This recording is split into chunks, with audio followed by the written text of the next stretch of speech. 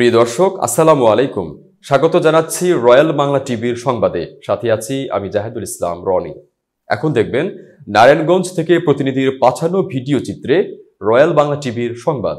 2024 সালের 5 আগস্ট ক্ষমতাসীন দল আওয়ামী লীগ পদত্যাগের পর কেমন চলছে ইউনিয়ন পরিষদগুলো জানতে রয়্যাল বাংলা টিভি বিশেষ প্রতিবেদক হাজির হল নারায়ণগঞ্জ জেলার 2500 থানাধীন ব্রাহ্মণডি ইউনিয়ন পরিষদে। এবারের প্রতিবেদন সরকার পদত্যাগের পূর্বে গ্রাহক সেবা কেমন দিয়েছিল এবং বর্তমানে কেমন চলছে গ্রাহক সেবা। প্রতিবেদনে গ্রাহকের বক্তব্য এবং ইউনিয়ন পরিষদ সচিবের বক্তব্য প্রকাশ।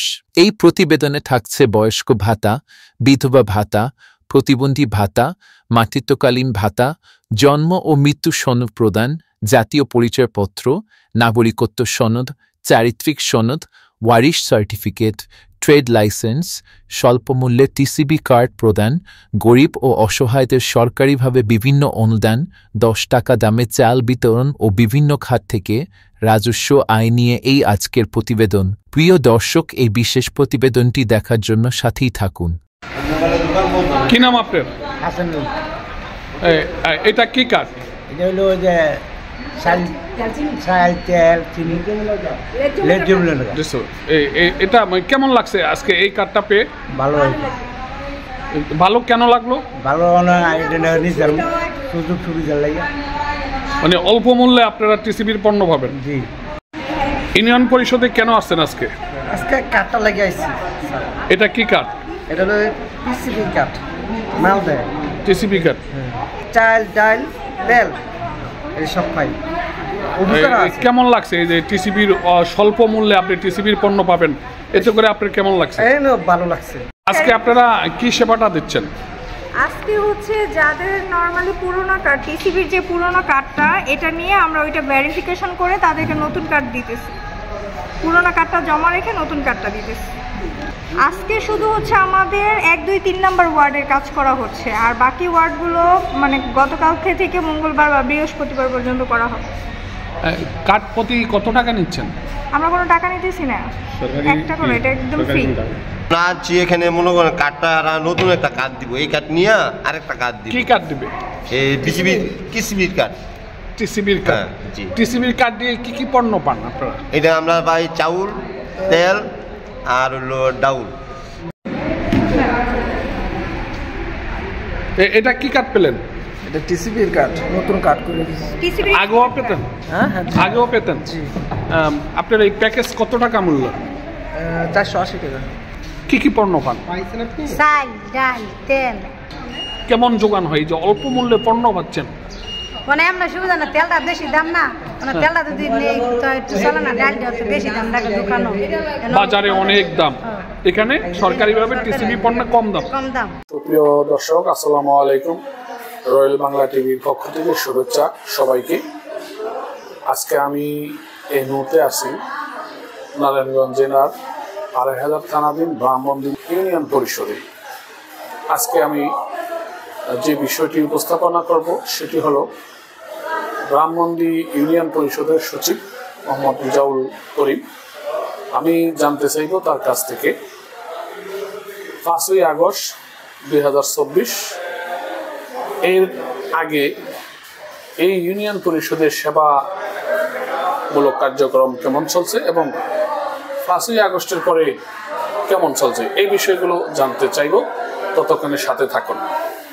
আমাদের 5ই আগস্টে ছাত্র জনতার গণ অভ্যুত্থানের পরে এবং আগে ইউনিয়ন পরিষদের যে সার্বিক অবস্থা, বিশেষ করে আমাদের ব্রাহ্মণডি ইউনিয়ন পরিষদ সবসময় সেবামূলক কার্যক্রমের সাথে জড়িত আছে। 5ই আগস্টের পরে যেরকম মানুষকে আমরা সেবা দিয়েছি, 5ই আগস্টের পরেও ঠিক একইভাবে আমরা সেবা দিয়ে যাচ্ছি।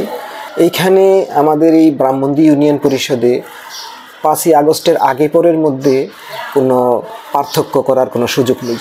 সেবাটা নির্বিঘ্নভাবে সার্বিকভাবে সকল জনগণের মধ্যে আমরা দিয়ে যাচ্ছি।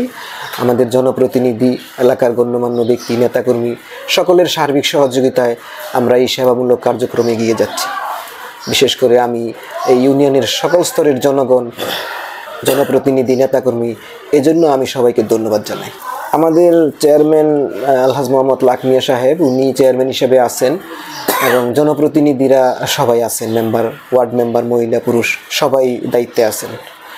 এবং সচিব হিসেবে আমি আছি, আমাদের 10 জন গ্রাম পুলিশ আছে। মোটামুটি আমরা সবাই মিলেই ভালোভাবে কাজ করে যাচ্ছি। লাক মিয়া চেয়ারম্যান সাহেব কি বর্তমানেও দায়িত্বে আছে? হ্যাঁ, বর্তমানেও দায়িত্বে আছে, কারণ যেহেতু সরকার ইউনিয়ন পরিষদ এখন বহাল রাখছে, সেই হিসাবে উনি আছে এবং পরিষদ নিয়মিত উনি চালিয়ে যাচ্ছেন। উনি কি নিয়মিত অফিসে আসেন? জি, নিয়মিত অফিসে আসেন এবং আজকেও উনি সকালে একবেলা অফিসে আসছিলেন। টিসিবির কার্ড বিতরণ হচ্ছে, উনি এটা সরজমিনে তদারকি করেছেন। সপ্তাহে 2 দিন উনি অফিসে আসেন, শনিবার এবং মঙ্গলবার। আমরা বর্তমানে ইউনিয়ন পরিষদ থেকে স্বাভাবিক যেটা আছে, জন্ম মৃত্যু নিবন্ধন, তারপরে বিজিডি, বিজিএফ, টিসিবি, কার্ডধারীদের মধ্যে টিসিবির পণ্য বিতরণ, তারপরে আমাদের ইদানিং গত সপ্তাহে আসছিল আমাদের কিছু কম্বল, সেটাও আমরা দুস্থদের মধ্যে বিতরণ করছি। তো এইরকম মানে গতানুগতিক যে সেবাগুলো আছে সেগুলো আমরা নিয়মিত দিয়ে যাচ্ছি। টিসিবির চালটা কিভাবে বিতরণ, টিসিবির পণ্য কিভাবে বিতরণ করা হয়? টিসিবি পণ্যটা কার্ডধারীদের মধ্যে বিতরণ করা হয়, যাদের সরকার নির্ধারিত তালিকাভুক্ত ব্যক্তিদের কার্ড আছে, তারা সেটা নিয়মিত প্রতি মাসে নিয়ে যাচ্ছেন কার্ড দিয়ে। আমাদের ব্রাহ্মণদী ইউনিয়ন পরিষদে 1529 জন আছেন এবং তারা প্রতি মাসেই 1529 জন মাল টিসিবির পণ্য নিচ্ছে। বয়স্ক ভাতা আমার এই ইউনিয়নে আছে প্রায় 1200-র মতো, বিধবা আছে 450-র মতো, তারপরে প্রতিবন্ধী আছে প্রায় 250-র মতো, আর মাতৃত্বকালীন ভাতা আছে আমরা গত 6 মাসে যেটা দিছি প্রায় 30 জনের মতন। আমরা অর্থাৎ জুলাইয়ের 1 তারিখ থেকে এই ডিসেম্বর পর্যন্ত আমরা 30 জন ভাতাভোগীকে তালিকাভুক্ত করে উপজেলায় পাঠিয়েছি এবং তারা ইতিমধ্যে অনেকেই টাকা পেয়েছে। নাগরিক সনদ যেটা চেয়ারম্যান সার্টিফিকেট, ওটা তো আমরা ফিরিয়েই দেই। জন্ম নিবন্ধনের অনলাইন ফি নির্ধারণ করা আছে, সেটা সেই ফি নিয়ে দেওয়া হয়। আর অন্যান্য যে সেবাগুলো আছে, বিভিন্ন ধরনের প্রত্যয়নপত্র,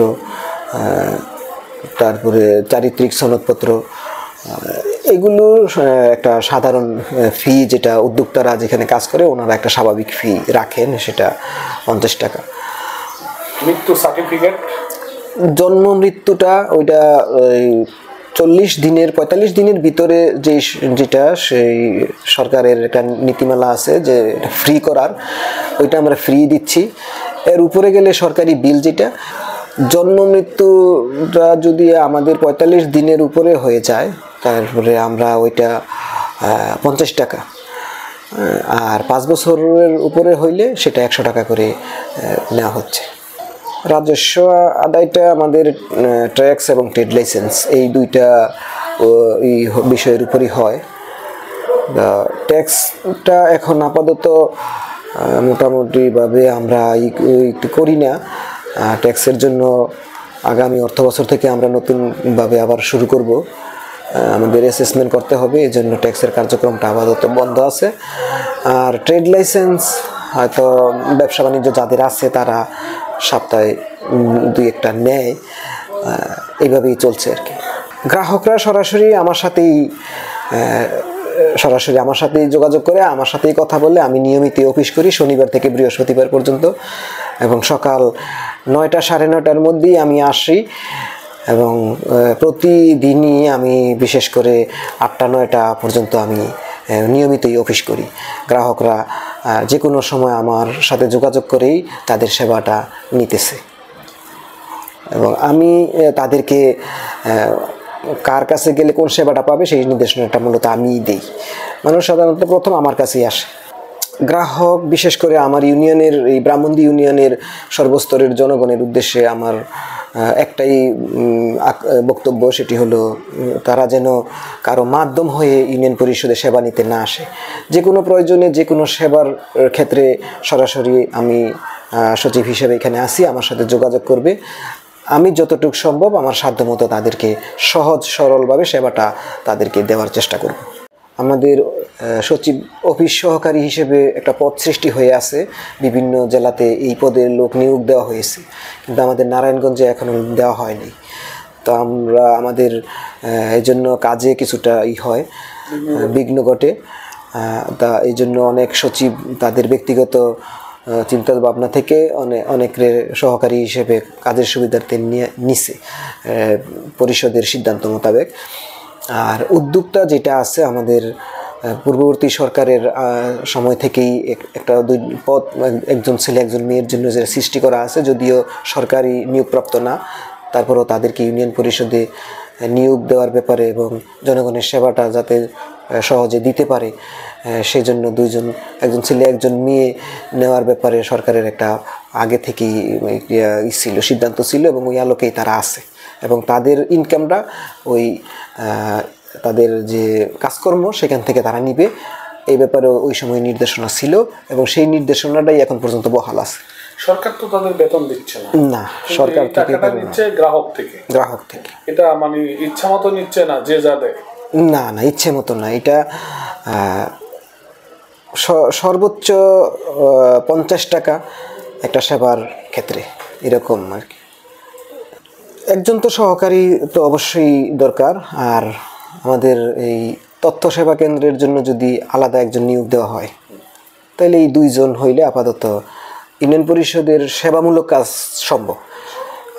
আর আগে যেগুলো আমরা দেখতাম যে বিভিন্ন উন্নয়নমূলক কাজের ক্ষেত্রে ওইখানে যদি আমাদের ইউনিয়ন পর্যায়ে একজন